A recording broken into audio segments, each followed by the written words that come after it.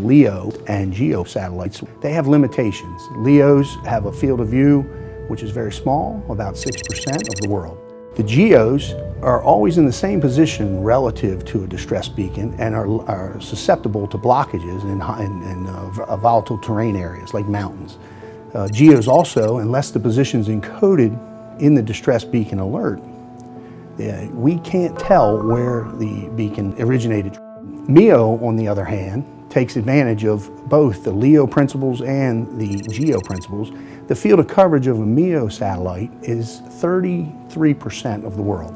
With the number of MEOs and the field of views, they overcome the limitations of both GEO and LEO for detecting distress beacons, and if you have 3 or more satellites detect the same burst, you're able to instantly pinpoint a location very accurately anywhere on the face of the Earth.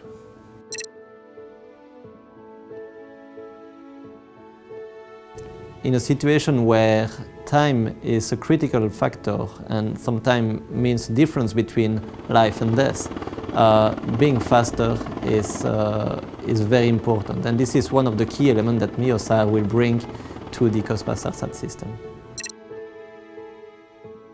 MEOSAR is a really and truly a game changer for search and rescue responders. You have a LEOSAR that has to get at least 2 passes to get a good position, and that could take, depending on where you are in the world, that could take anywhere from 30 minutes to 90 minutes. Whereas with MEOSAR, 1 beacon burst, based on the time of arrival, frequency of arrival calculations, could provide you an independent location pretty much immediately. The wait time varies, but it's a very short period of time.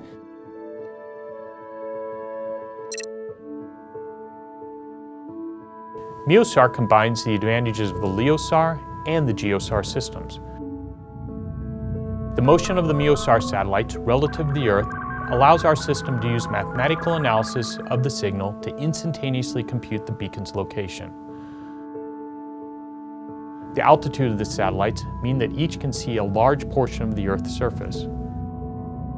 With MEOSAR, we're talking about 4 constellations carrying our search and rescue payloads aboard satellites of several cooperating governments.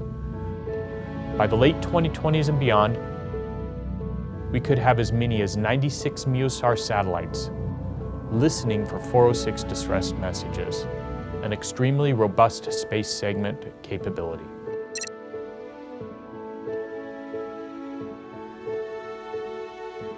The main purpose for COSPA-SARSAT is to save human lives, which perfectly matches the core objective of BDS, benefiting the mankind.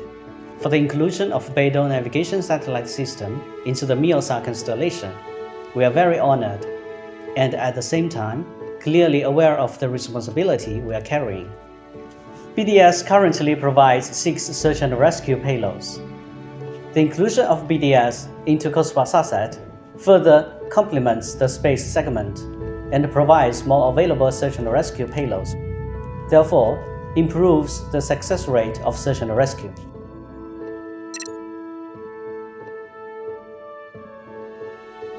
All of these payloads are built to be what we call interoperable. So the signal can be picked up by any of the different constellations. And it doesn't matter, it is transparent as to which spacecraft is picking up the signal at any given time.